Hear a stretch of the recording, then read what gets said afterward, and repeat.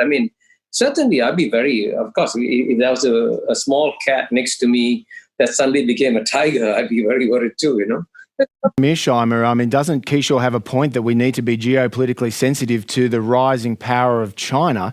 It is our largest trading partner. It accounts for nearly 40% of our export wealth. We are in Australia probably heading into our worst recession since certainly the Great Depression in the 1930s. Aren't we vulnerable to China's economic coercion? I mean, what can we do to push back against these kind of Chinese threats? Should we become more diplomatic and move slowly but surely into the Chinese sphere of influence? Well, I have a different view of what's happening in Asia and in the world more generally than Kishore. Kishore tends to see the situation in what I would call civilizational terms. He sounds a lot like Sam Huntington, right? He talks about Asia rising and the West declining. And it's as if Asia were this unified entity. And that's just not the case at all.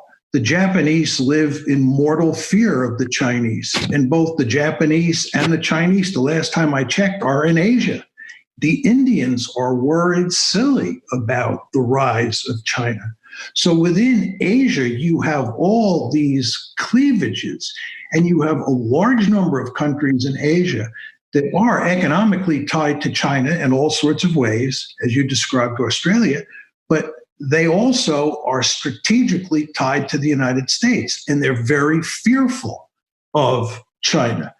I would say for those states, and this of course includes Australia, yes, you have economic interests that will push you to side with China, but you also have strategic interests that will push you to side with the United States. And the $64,000 question is, which way are you going to go? And the answer is, you're going to go with the United States, you're going to go with the Japanese, and you're going to do everything you can to contain China, because it is big and it is powerful and it is threatening. Well, in other words, security trumps prosperity. Kishore, how would you respond to John Mearsheimer? Security trumps prosperity. By the way, John will be very surprised to discover that I agree with him quite a lot. And I certainly agree with you, John, that Asia is this large and diverse place.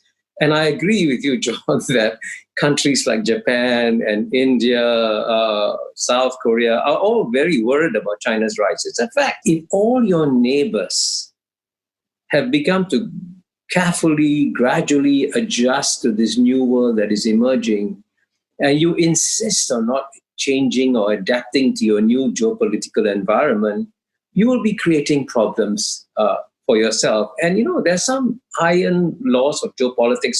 In fact, many of them are spelled out in John Mearsheimer's book, The Great Delusion.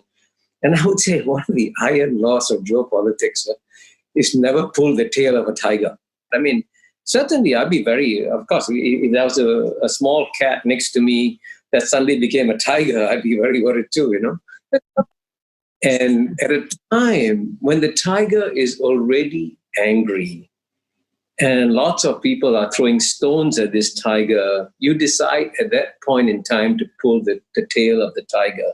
So there's some geopolitical wisdom in handling great powers carefully. This is, by the way, equally true of the United States too. If you're a neighbor of the United States, you just got to be careful in how you manage the United States. And as I think I read somewhere recently, John Mearsheimer saying in the book, how would the United States feel if suddenly Russians came in and established bases in Mexico and in Canada? And John wisely said that, of course, the United States would get very upset. So every country, and I agree with John here, that every country will worry about what's happening in its neighborhood.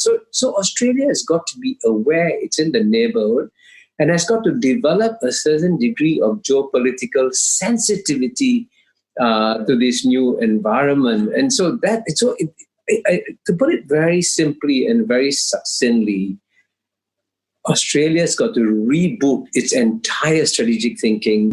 But at the same time, I would encourage Australia to watch how other Asians deal with China. For a simple example, which I think George Kennan would have endorsed, the first thing you do is don't insult a great power, right? The Japanese are very concerned, but at the same time, you notice how the Japanese are trying to make sure that their relations with China remain on an even keel. Modi and Xi Jinping have spent more time with each other talking face to face than any two leaders have in recent times. So everybody, yes, we have to deal with the new China. And Australia, unfortunately, has not accepted the fact that this is a different China that you have to deal with. And these adjustments, by the way, in Asia are very subtle, very, very subtle changes going on. And I also want to emphasize, I agree with John that most of the countries in this region want the US to stay on this region. They would like to see a strong US presence, but they would like to see a very tactful, diplomatic US presence that doesn't force countries to choose. So it is possible, actually, to work out arrangements whereby China can rise peacefully and we can all live in a relatively secure and stable environment.